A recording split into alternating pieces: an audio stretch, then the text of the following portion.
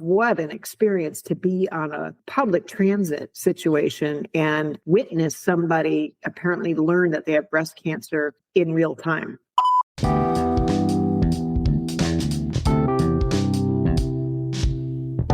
Welcome to the Soul Not Skin podcast, a space where real stories from real people help us discover who we are. I'm your host, Jen Slumack, or as my students like to call me, Miss Jen. Whichever you prefer to use, I'm so glad you're here. This podcast is a space where we will get beneath the surface and explore real conversations and experiences of everyday growth and healing and getting to the other side of hard things. The best stories come from the breaking and the rebuilding, and so whether we address things here through a deep conversation or a quick teachable moment, settle in and let's dive into today's episode. Sheree, I'm so glad that you're here. Hi, Jen. Thank you so much for having me on the show. I'm so excited to be here, and I feel very honored that you've asked me to share my experience with people. That's an honor. Absolutely. I think our stories are our biggest gift. Absolutely. To give to the world. Yeah. I agree. You've dealt with cancer and you've survived cancer. And I wonder if that's something you'd be willing to talk to us about, what that experience has been like for you, what it was like to sort of get the diagnosis and who you've had to become to move through it with the grace that I've seen you move through it with. Yeah, I really look forward to sharing this specific part of my life because so many women and men have experienced breast cancer. It is not discriminating. The disease kills lots of people, and it's one of the number one killers for women in particular.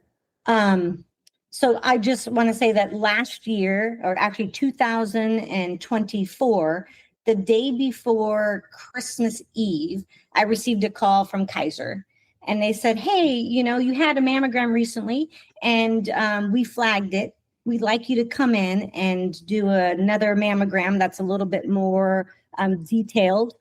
Can you come? And I said, absolutely. And I honestly wasn't in much fear because like many people, I have dense breasts. And so I showed up and they did another mammogram and the radiologist came out and he said, hey, it doesn't look like cancer, but just in case, we're going to go next door and we're going to do an ultrasound. And I said, okay. And to be honest, again, I wasn't too worried about it. And we went in there and the ultrasound tech spent a lot of time measuring. And it was pretty extensive. And I knew that something was up. And she began to ask me questions about, do you have any kids? And how old are your kids? And asking me just general questions about motherhood. And I figured she was just trying to divert my attention, but I'm an investigator by trade, so I was a little intuitive about something might be going on here, but I was staying in the moment. And so the doctor came in after he had consulted with the ultrasound tech, and he said, it doesn't look like cancer. There's two little masses in there. Here's a piece of paper. I've checked the box for you to come back in 6 months, and we'll check it again to see if it's grown. Huh. And I said, okay. That sounds like a plan. And I left. And as soon as I left, I called my husband on my drive home. And I just didn't feel right about it. And I was no more than 5 minutes into the conversation with my husband on the phone while I was driving. And I get a call from the doctor, the same doctor. And he's like, hey, I know you just left the facility. And I want to know, how do you feel about our plan to wait 6 months?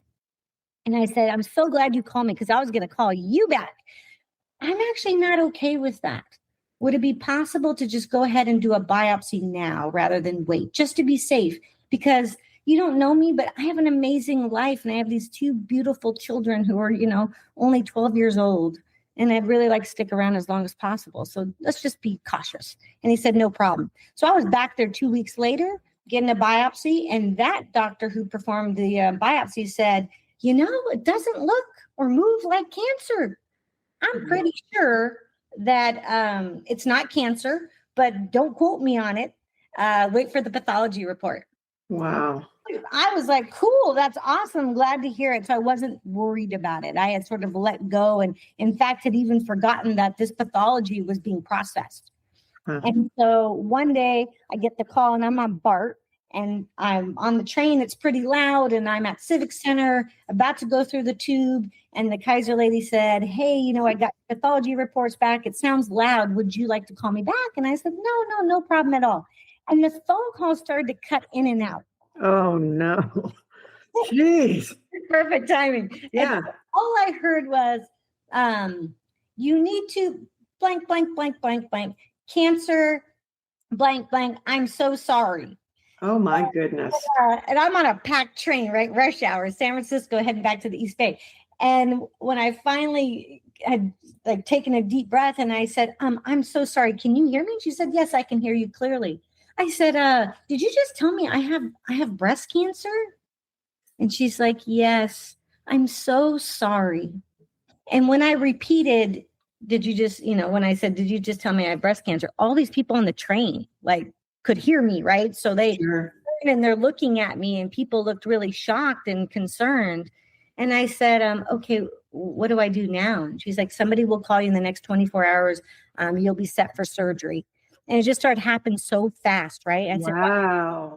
like, if you have surgery before I even meet with an oncologist. So it was really interesting. So I hung up the phone and I felt like I was having this outer body experience that like part of me was just moving outside of my body from the shock and fear and disbelief. And so I took a deep breath and I went into what's called a two-way prayer. Let me ask you a question real quick, if I could, before we get to that. First of all, thank you so much for sharing your story. As you said, so many people are dealing with breast cancer and frankly, cancer in general. Mm-hmm. I've got a handful of stories myself. I'm in one right now with a loved one. Something that stuck out to me is, first of all, I just thought for myself, what an experience to be on a public transit situation and witness somebody apparently learn that they have breast cancer in real time, and just seeing that, because sadly, with all of the cancer that is throughout our society, probably 9 out of 10 of the people who witness that are going through it with somebody, if not themselves. So that felt very profound to me as you said that. But secondly, you said that they got you right into surgery. So this was far along. So when I got the call and she said, you have breast cancer, someone will call you within 24 hours to schedule your surgery. It was like, this is what we do. It wasn't, we found something, it's small, we're going to give it a little bit of time like they originally said to see if it grows. They said, oh my God, cancer, surgery is next. Did that make you panic? Like, was it stage 4? No, and in fact, it's very early, stage 1, grade A, after a mastectomy and everything was said and done. But I have 2 small ones. And so I'm on a breast cancer group on Facebook, actually, and it is really common where people go straight to surgery. You either have a lumpectomy, which is surgery, right? And since mine was early, I had the option of doing a lumpectomy or a mastectomy. And after careful prayer, meditation around it, and doing my own research and consulting several doctors and also calling people who are breast cancer survivors, I made the deliberate decision to have the mastectomy to avoid the radiation. Okay, so the lumpectomy is to just remove whatever it is that they found and then get radiation preventatively? Yes. And then the mastectomy is removing the breasts? Yes. And whatever they found, is that right? Yeah, they removed the whole breast. And then I had to have reconstruction. And I'm still technically in cancer treatment now. I'll be on medication, cancer meds, for 5 years. Okay. Thank you. I didn't know the distinction between those two, and I didn't know that one necessitated radiation and the other didn't. So, it's so interesting with breast cancer in this country. Some people call it like pink washing the disease because you hear about it in October, right? October is breast cancer month. And so it's always like you hear about, the fundraisers and the walks. Sure. But, I truly lacked education about what to even look for in my breast. As a young person, I remember being told you should check your breasts. But there's also other physical symptoms that, in fact, I was displaying dimpling on my breast and just thought I was getting older and that's what happens to breasts. But come to find out, it's actually a symptom of breast cancer, or it can be. Well, yeah, see, that's part of what I want these conversations to do is provide better information for people, because you're right. Things like this, There's so many things we've put a month for, right? Yeah. We've got Women's Month in March. Hey, let's celebrate, all of the history of amazing people that are female in 1 month, and we'll just do parades. And, Black History Month and all of this stuff. We try to, it's silly how we simplify these things. So I didn't know that was a symptom either. And I certainly didn't know that there's other ways to sort of, what to look for, because we're told check your breasts in the shower. Okay, great. And then you see something and you talk to the doctor and they're like, oh, that's just a fibrous cyst. That's nothing to worry about. And, Sheree, you're telling me, it sounds like you talked to several doctors who were basically just telling you it's nothing to worry about until you really just kept at it. So the advocating for yourself is critical. God.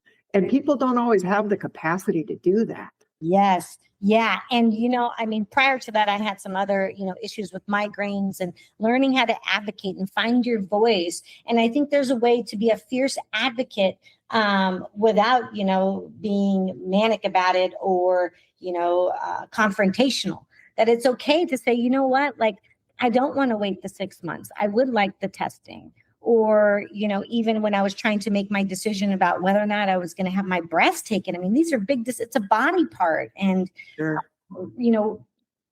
my doctor recommended a lumpectomy and said, oh, radiation, it's not a problem. It's not going to give you more cancer. And saying, at the end of the day, like, I would rather you just take the breast. I would have more comfort in having the breast removed and then, making the decision to have implants put in my body. So, a lot that goes into it. And I know that people do feel sometimes coerced or not heard. And we do have to speak our truth and say, hey, look. And in fact, there was a doctor, my reconstruction doctor, when I went to see her, I had already made up my mind at that point I wasn't going to do reconstructive surgery. And she asked me a lot of questions about my self-esteem and how do I see myself. And she said, look, your oncologist talks to you through and sees you through the lens of wanting to eradicate cancer. I'm a cosmetic surgeon. I see it through a completely different lens. I see it through the lens of, how will you feel about yourself? What do you envision? And then I discuss the options of possibilities of what your body can be like post-cancer. And I'm so grateful that she paused and said, hey, we're going to look at this differently. And then I ended up coming to a different conclusion. I decided to get implants and I don't regret it at all. And your husband has been, I imagine, tremendously supportive as he is throughout this whole situation, including your choice initially to do mastectomy and not get surgery. So how has that been in your relationship? Oh, I have to tell you that it's deepened our connection with each other. And it's hard not to cry about it because I should probably tell you and whoever's listening that, for a good chunk of my life, I was never intimate in relationships. That intimacy was terrifying for me. I grew up in a house where the modeling of a healthy relationship did not exist, that I didn't know how to be vulnerable and to trust others. And so it's been a really long journey of, even meeting my husband when I was 35 and making the choice to say, I do, right? One day at a time. And, that was terrifying in and of itself to even get to that place. And so what cancer did for me and my marriage is do we have time for me to share a story about? Please. Okay. That's what this is all about. Yes, please. He, the whole time when this was happening, listened. He didn't have a lot of words. And the words he did have were based on, what can I do for you? What do you need from us as a family? And that was important. And that every time I cried or I was on the verge of having an anxiety attack, he didn't try to fix me or change me. He just let me have my feelings and have my process. And my husband and I do not share the same faith. I believe in God. He is an agnostic, probably leaning more towards atheism. And so there were so many times where I had to lean into my God and have that relationship be at the very forefront of what was happening. And my husband did not belittle it or try to make himself the power to help heal me. He really was just very respectful. But I had to do a procedure the day before they took my breast. And so we had to go to Walnut Creek Kaiser, and it was, I think, on like a Tuesday night. And what they do is they take this long needle and they inject through your nipple radioactive material. And what they're inserting is material that when you get your mastectomy the next day, it can highlight the lymph nodes. They want to see where this cancer has gone in your body, right? Sure. Mm-hmm. Stage the cancer. And so we went to the basement, and the gentleman explained the process, and he said, it's going to hurt when I insert this needle into your nipple, obviously, but it's going to really hurt about 3 seconds later when I inject this material. It will feel like your breast is being lit up by a flamethrower. Oh, wow. Prepare for that, but it won't be too long of that material going in your breast. And I said, okay, no problem. And he left. And of course, like I'm on the eve of having my breast taken. I'm on the eve of finding out like how bad is this cancer? Because at the time, all I knew was I had these 2 small tumors, and I didn't know if it had traveled elsewhere.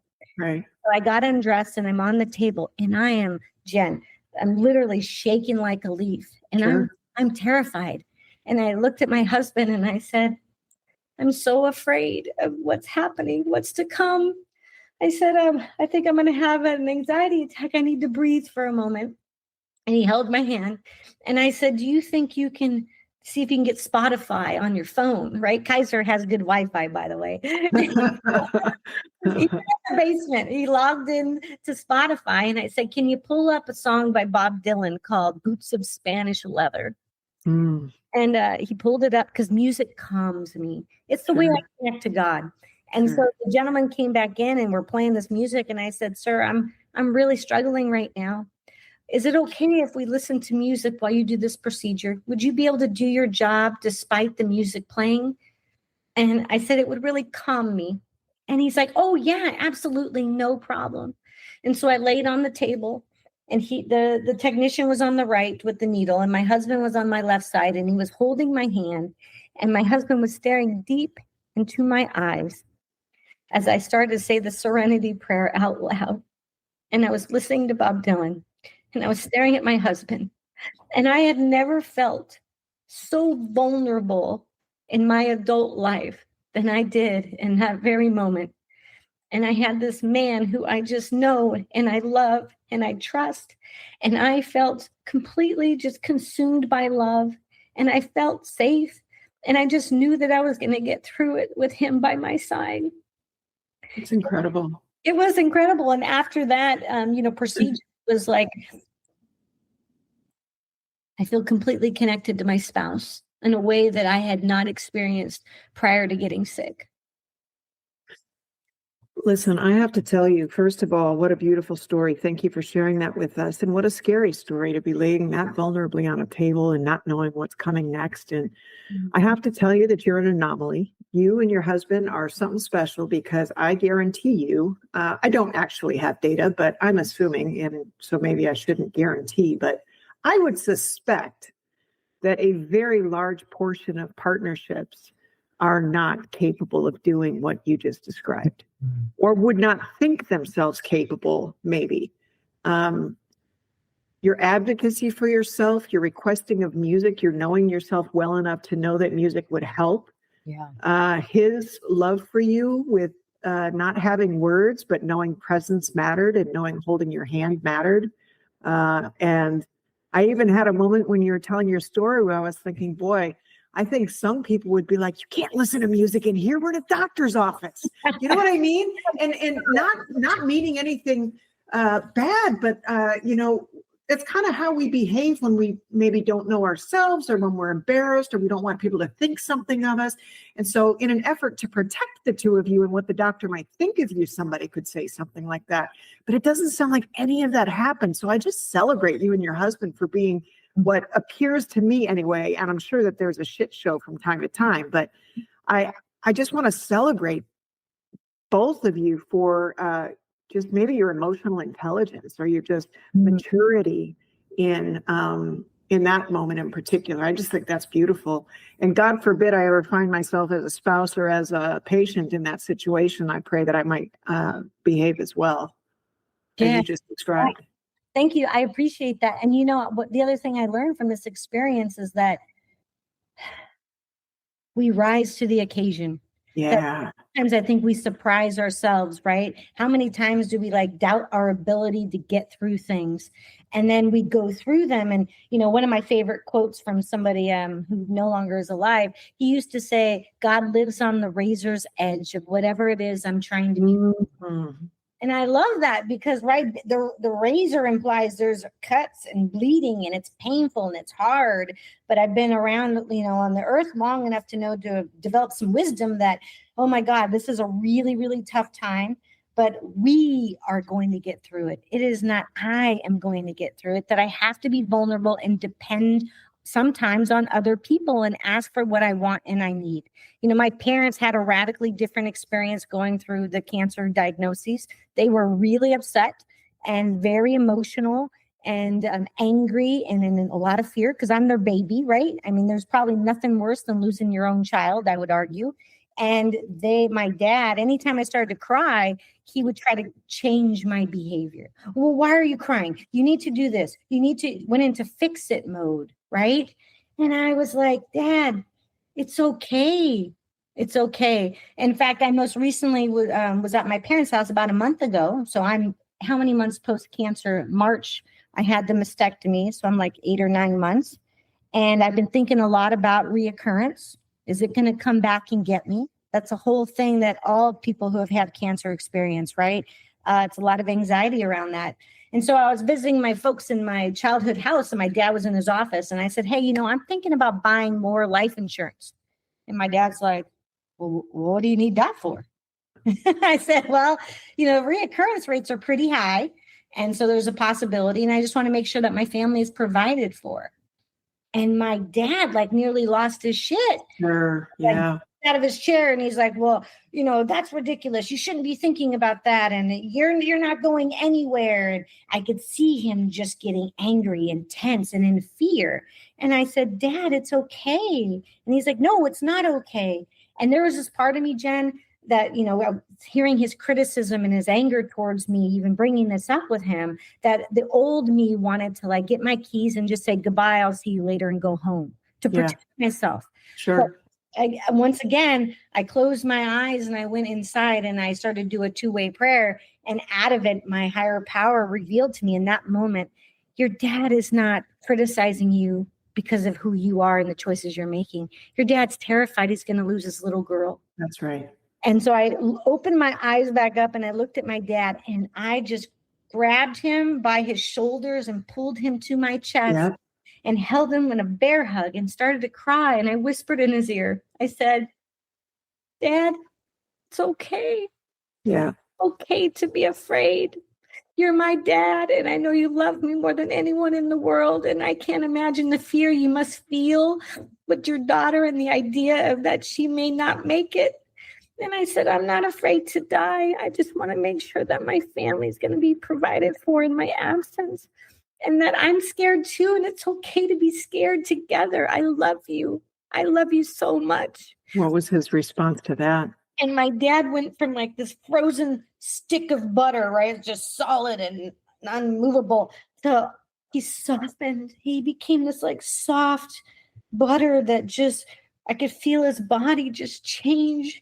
And he held me and he said he loved me. You see, that's, you just, I'm so grateful at your willingness to share all of this with us. I think, I don't need to say what a tender moment, but what really struck me is the sort of micro example that you just painted for us of the human race. How when we get angry, when we get divisive, when we get, it's a lack of understanding or a surplus of fear. Yes. And oftentimes the tears or the softening or the vulnerability, it's not celebrated in our society. It's considered weak. It's considered to be a lack of cognitive function, right? The inability to critically think or be intelligent, to have tears and to be soft and feel your feelings. And I think it's so much a part of what the divisiveness that we experience as people in our families and amongst each other. And I think that what you did is just really courageous. And I know that your dad needed that hug as much as you did, you know? Yeah, absolutely. Go ahead.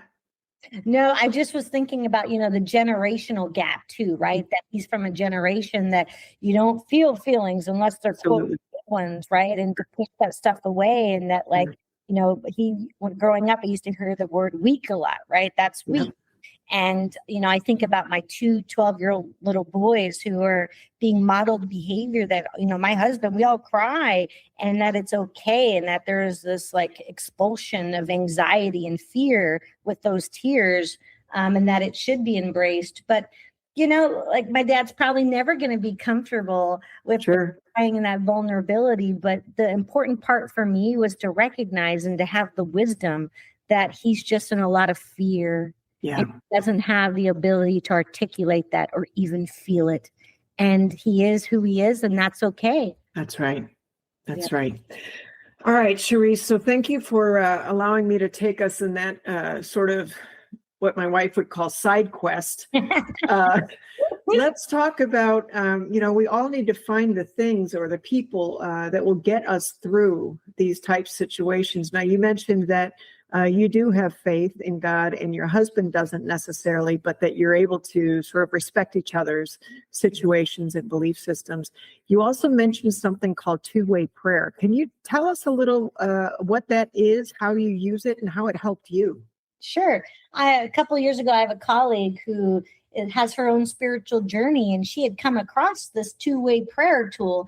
And she asked me, she's like, "Hey, you ever heard of two-way prayer?" And I said, "No, what is that?"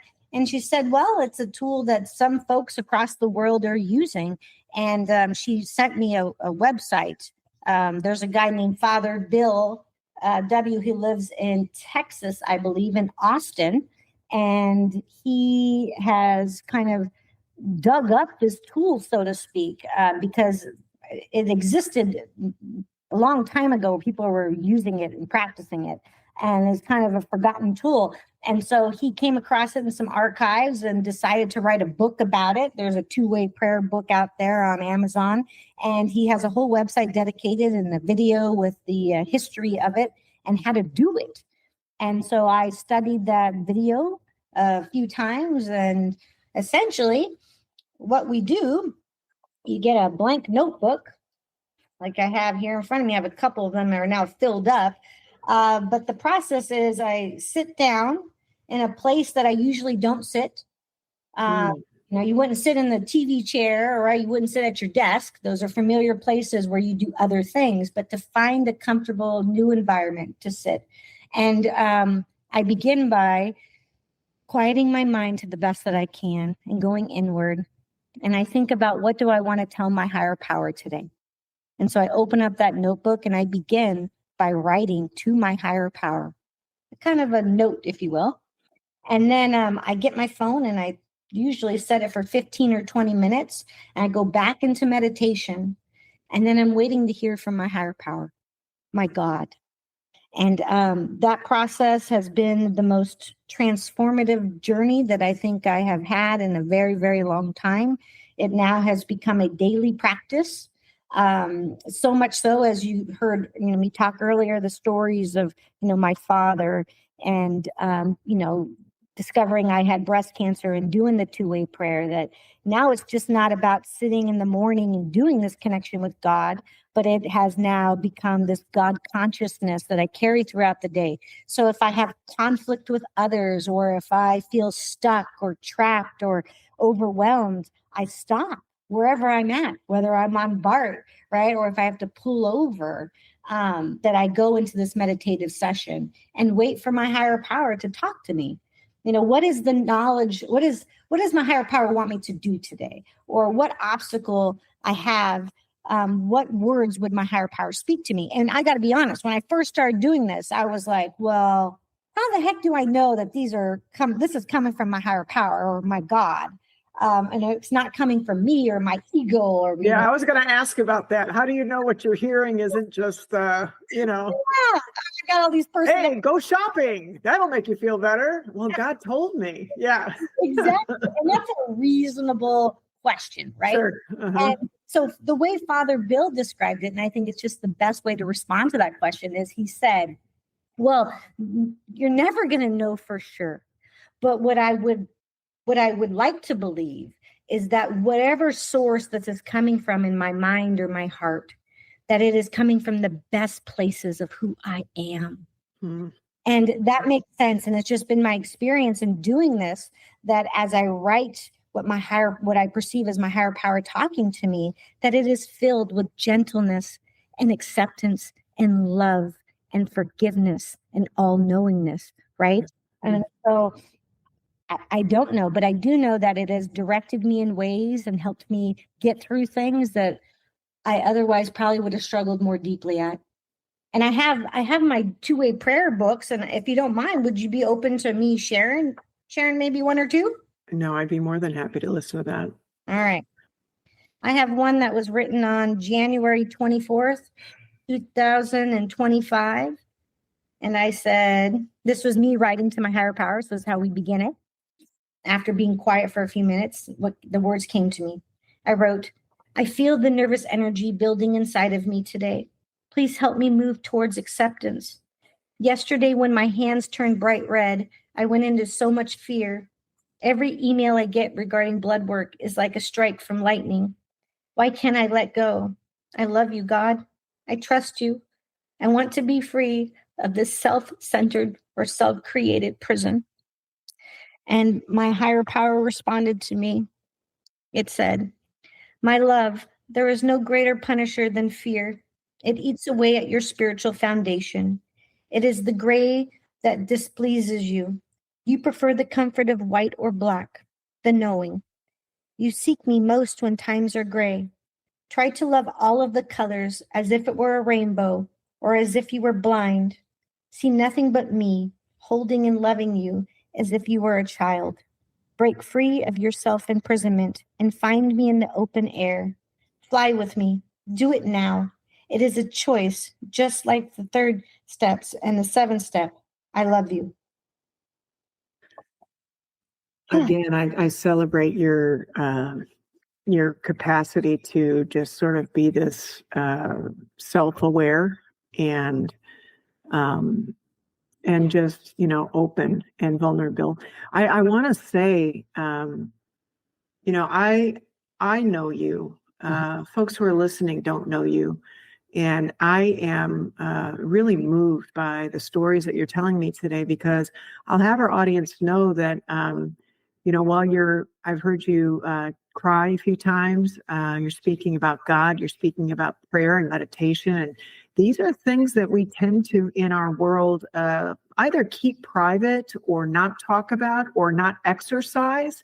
Mm-hmm. They're just, it's too feely, and so I want to say that is not my experience of you. You are, as you mentioned, you work in the courts, and you are always well put together, and you have a strong woman radiance about you. And I see you supporting other people all the time. And, it's just interesting, because what the world might see is certainly not the stories you're telling me today. And I just kind of want to point that out to all of us, right? Like there's ways that we need to care for ourselves so that we can walk boldly through the world. And whether we share it in this way openly to an audience of God knows who, whether we use it when it's appropriate in public, whether we keep it to ourselves and we sort of work on our own growth and spiritual process and connecting with whatever that life force is in your world. I wish it weren't such a secret how necessary it is. Well, it's so interesting you bring that up, because I have a memory that comes to mind. I do work in the criminal defense world, and we have an office that thrives on adversity, right, and disagreement. and we're fierce advocates for our clients. And so, I work with a bunch of lawyers, and, as my health stuff began to become more of an issue for me in terms of, sanity and enjoyment in life.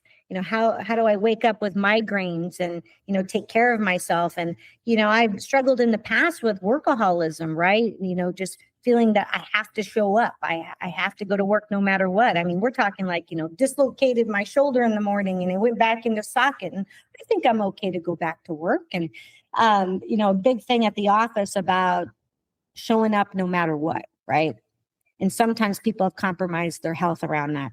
And so as I continue to grow and sort of being a woman and a professional, and also getting sick, it's very humbling, and realizing that, no, if I dislocate my shoulder, it's appropriate for me to stay home and take care of myself.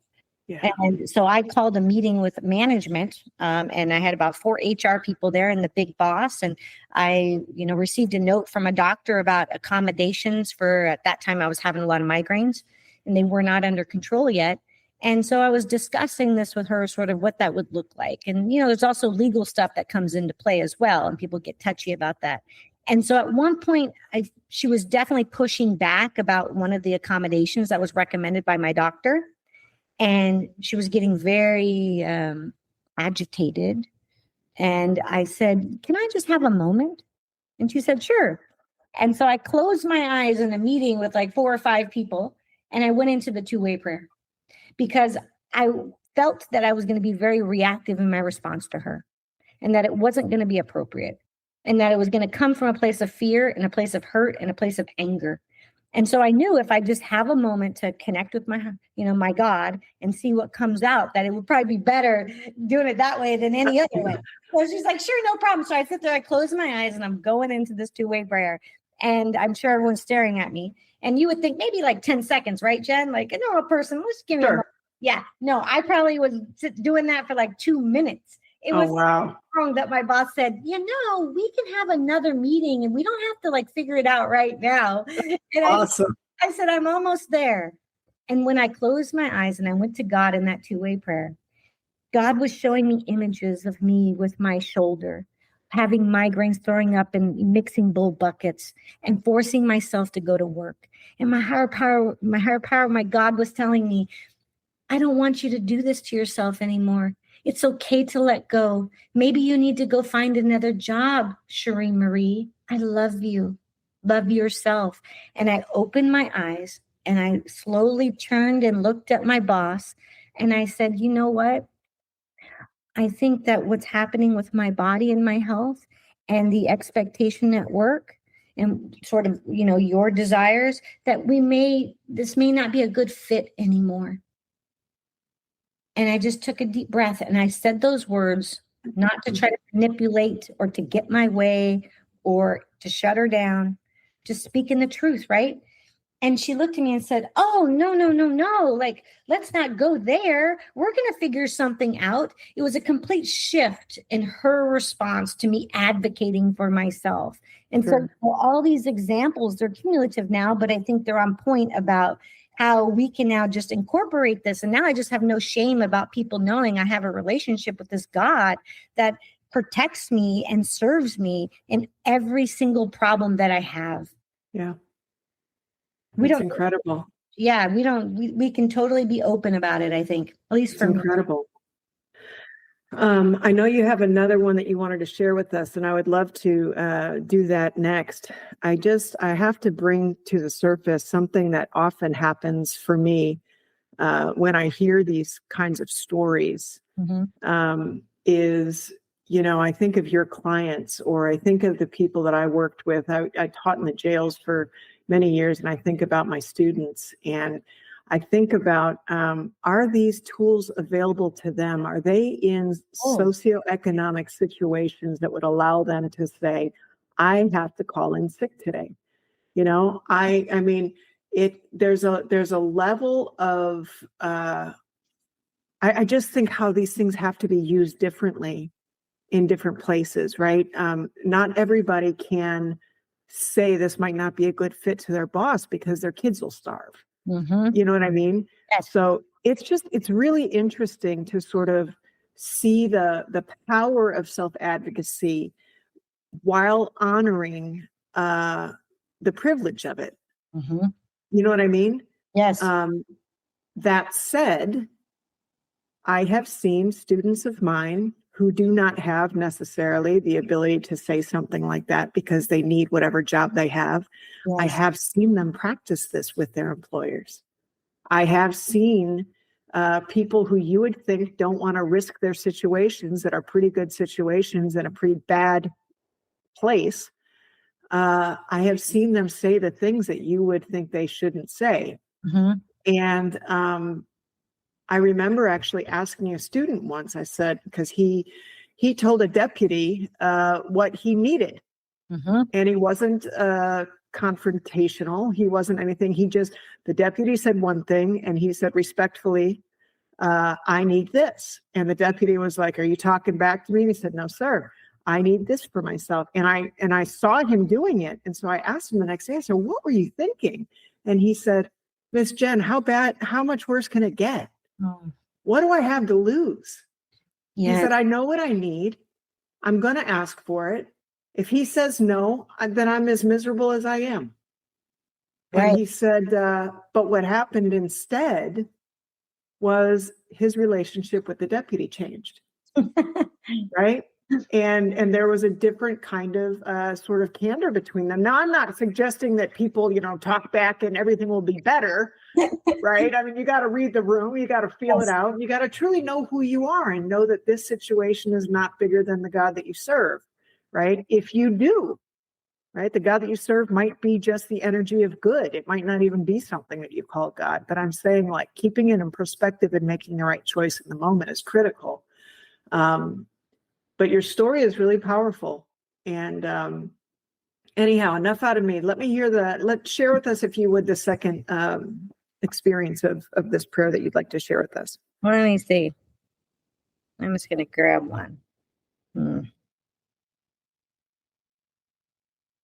Here we go. This was August 21st, 2024. I wrote to my God, I said, what a wonderful morning. The moon was shining so bright in the darkness this morning. I stopped on the street in SF, closed my eyes, and took you inside of me. I didn't care what people thought of me. Thank you for yesterday with my boys. I was patient, kind, loving, and so understanding about their upcoming quiz. I remained calm and reminded them this is just a learning experience, and next time they should remember to study earlier. God, I was so loving towards them. I was in the moment with you. I hugged myself in the room when I was alone. Thank you for reminding me that I can do this when I let go. And then my higher power said to me, my God said back, Sheree, you were, quote, loving awareness that I whispered to you all the time. Good job. Now I want you to bring forth your inner child and ask her to forgive your parents. Forgive them for all the messages that you were never enough. Now forgive yourself for believing them all those long years. And so I just picked this right now as I was kind of scrolling through my book. But I do want to highlight that the work we do as adults, right? And for those of us who go on to become parents, or those of us who go on to mentor others, because it doesn't have to be a child, but that there are all these gifts that we can pass on to the people that we mentor in the world. And, I always think that the most important thing God always reminds me of is it's not how far I get up the mountain, but it is the people that I bring with me. Yeah. And so focus can be on, hey, this has helped me. It's been a tool, or it's been useful, or I've acquired some wisdom in an area that I must share it with others. And, I come from all kinds of generational trauma, right? And self-defeating learned patterns and behaviors that are ancestral, rooted in my ancestors, and have been taught to me. And I say that with love and understanding, right?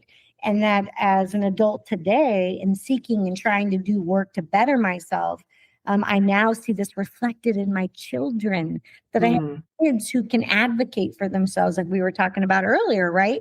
That like, hey, this is a boundary, or I'm not okay with that, and here's why. that these things are just so important that, of course, we always make jokes that, we have kids, we're going to, mess them up or, make them neurotic. And on some level, that's probably going to be true. But I'm hoping that today that neuroses is much, much, much lower volume than what many of us have experienced generationally. Yeah. I love that. I love that. And, you brought something up about the adult child. I wouldn't mind having you back a few times, because I think that just in our conversation, we've said so many things that if we were to just focus one show on them, I think it might be really helpful for folks just to at least be introduced to some of these things, like the inner child, which some people probably heard about. It probably sounds woo-woo to a lot of folks. And it is, it is. In our society, it's something that you might call woo-woo because it has to do with emotional intelligence. And it has to do, and that's not to say that there's emotional stupidity. It just means there's an awareness, a self-awareness, right?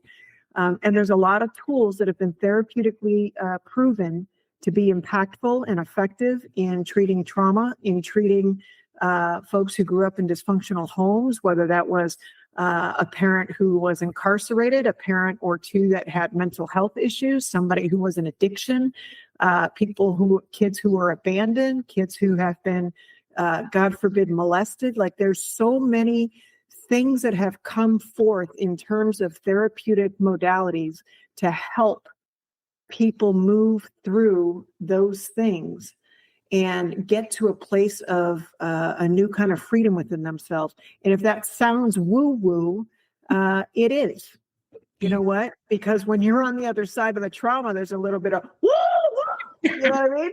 I mean, it's like, it sounds goofy, but it takes courage. It sounds silly, but it takes grit. You have to be really strong to do the work. There's a book out, and we can end with this. There's a book out, you may have heard of it, by Mel Robbins, who, respectfully, I can take or leave at different times. I appreciate her. I appreciate all that she does and has done. I'm grateful that her voice is in the world. But I'm not always in her audience, right? That said, she came out with a book called Let Them. And I am going through my own journey with my mother right now, who is ailing in health, has gone through lung cancer, chemotherapy, radiation, not just on the body, but on the brain to be preventative, because lung cancer likes to jump to the brain. And the radiation to her brain appears to have brought upon dementia. And then she had a back surgery so that she could walk. It's just, there's been one thing after another, and her health is failing. And it has been an ordeal, to say the least, right? And I was struggling. My siblings and I, and my stepfather, we really need to have this sort of united front. And we all have our feelings, and they're getting in the way. And so I don't do two-way prayer necessarily, although I may be starting that. But I do have mindful moments, or I pray and ask for sort of the wisdom to, give me the pause when somebody's feeling their feelings, and allow me to honor it. Let me just respect it instead of bite back. And so anyway, I came across this book, and on our website, it says, this is a guide on how to stop letting other people's opinions, drama, and judgment impact your life. 2 simple words: let them. Will set you free from the exhausting cycle of trying to manage everything and everyone around you. It's time to build a life where you come first, your dreams, your goals, and your happiness. And I thought, let me just listen to it. I can always put it down if it's too woo-woo for this woo-woo, right? And I started listening to it, and there's just some moments where it's just like, you know what? If you need to say what you need to say, you need to have the nerve to say it. And if people don't like it, let them not like it. The world's not going to blow up, And there was another quote from Tom something. He's an actor. He's pretty well known. I should be ashamed of myself for not knowing his whole name at the top of my head. But he has a quote that says something like, if you have a problem with anything that I'm saying, please text me so we can discuss it. If you don't have my phone number, I don't care what you think. Isn't that great? That's awesome. And I think we need to get like t-shirts that say woo woo on it. Like I tell you what, I'm a woo woo bitch, right? I'm with you, sister. Yeah. Well, watch yourself. I might put them in a store online. Listen, Sheree, I can't thank you enough for your time today and for your willingness to share all of this with the audience. I think that a lot of us are very hungry to hear stories that we can relate to and that we can identify with. And sometimes we don't have the words, and sometimes we won't ever find the words. But to hear somebody else say them out loud can be a tremendous relief. If we can find some identification in somebody else's story, in the very least, it can help us stay out of a mindset that we're alone and that we're failing. And we can start to see that we're not alone and it's just really hard. Well, thank you so much for inviting me. And I also just want to remind folks that, you know, if we have a flashlight that has served us in the darkness, I think it is our duty to give that flashlight to other people. Grateful to be here. I love it. Thank you so much. Take care. Okay. Bye-bye. Bye.